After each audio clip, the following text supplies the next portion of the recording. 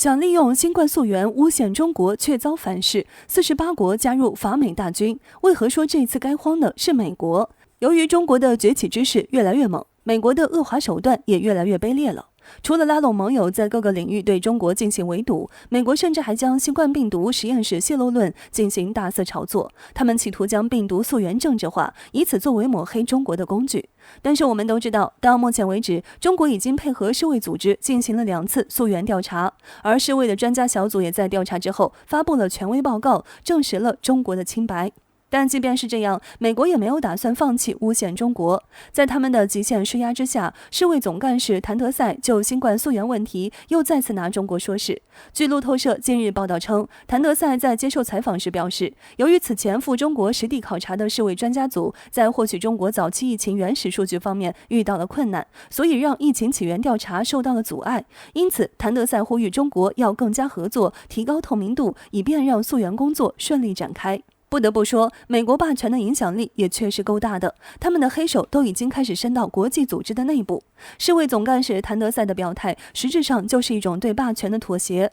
因为在此之前，中方曾多次呼吁要求进入美国开展溯源调查，但是美国政府一直都装聋作哑，视而不见。世卫组织对此也没有任何办法，反而在美国的施压下，紧紧地咬住中国不放。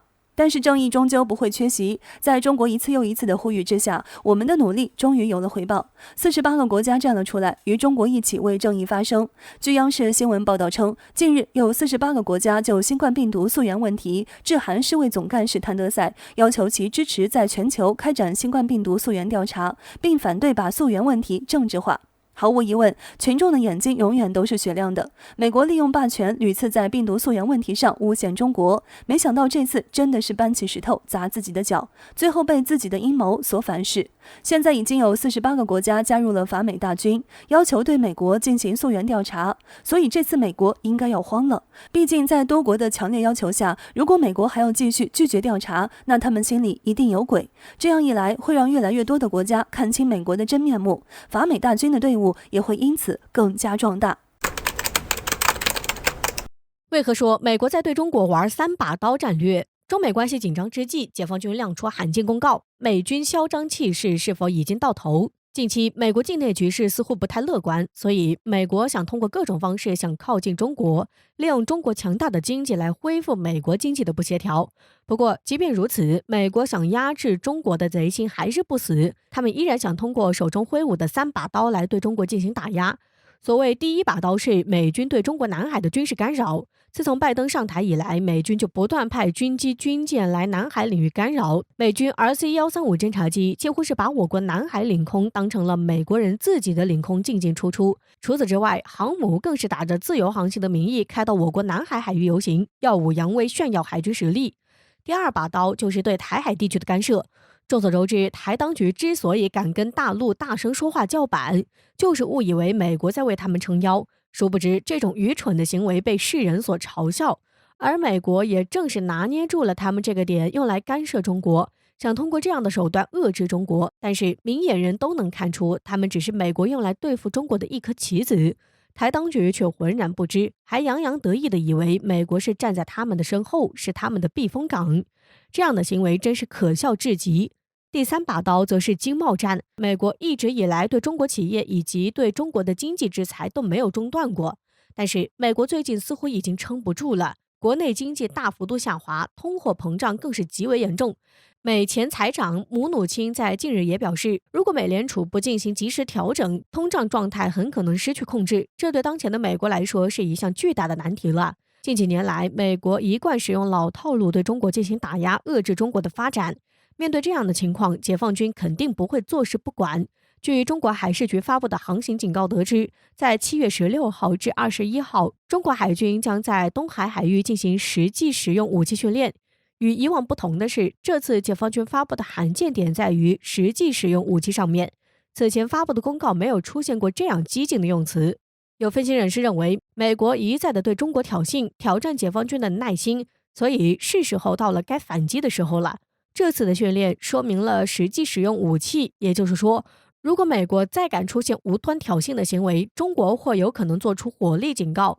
对于美国猖獗的行为，解放军要提前做好军事战斗准备了。不会再去实行劝说政策，表明了解放军的决心。如今美国国内局势动荡不安，如果中国这时候做出反击的话，正是美国薄弱的关键时期。所以这下该轮到拜登害怕了吧？美国接连从多国撤军，25架 F-2罕见奔赴关岛，在台海摊牌，收拳头打中国。最怕的该是谁？英国 BBC 报道称，美国白宫国家安全委员会中东和北非协调员布雷特·麦格克已通知伊拉克官员，美国将从伊拉克撤军。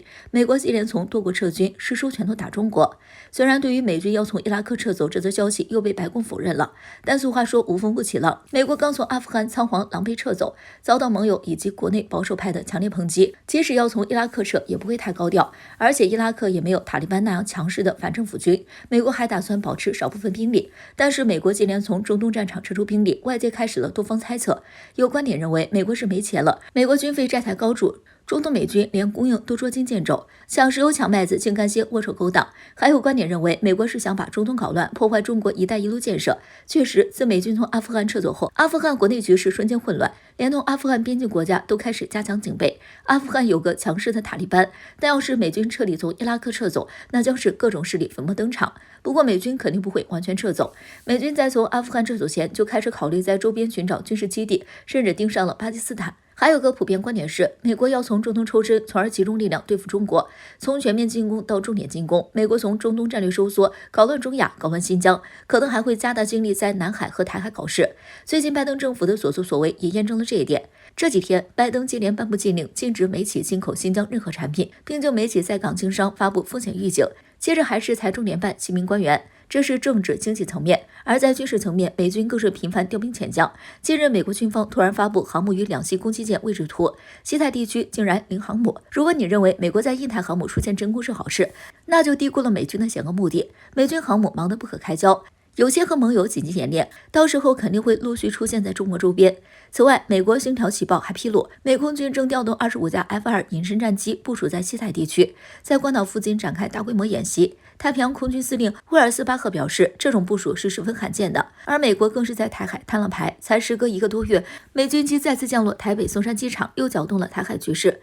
美台更是加紧勾结，走上危险道路。然而，美国连阿富汗、伊拉克都搞不定，自己扶持的政权更是随意抛弃。现在最该感到恐惧的应该是台独分子。彻底玩大了！人民日报钟声后，美国还不收手，解放军地动山摇的炮声欲扑面而来，关键时刻台军急忙反水了。在一架所谓的美国行政专机降落在我国台北松山机场后，人民日报撰文表示，奉劝美方不要继续错误判断形势。在此前很长的一段时间里，美国频频违反一个中国原则和中美联合公报的相关规定。对此，人民日报明确强调，中国将矢志不渝地解决台湾地区问题，实现祖国统一，这也是全体中华儿女的愿望。祖国必须统一，也必然统一。再次警告美国不要再向台发出错误信号，停止遏制中国发展的妄想。人民日报的文章掷地有声，严厉的并且全方面的批评了美方的挑衅行为后，接下来难不成就是解放军的炮火扑面而来了？美国这次是彻底玩大了，明眼人都能看得出来，美国正在采取一种切香肠式的挑衅。此次美军派遣的机型是 C-146型公务机，这一次虽说该军机仅在抵达台北松山机场后停留了10余分钟，但是很难保证美军不是运送什么秘密物资。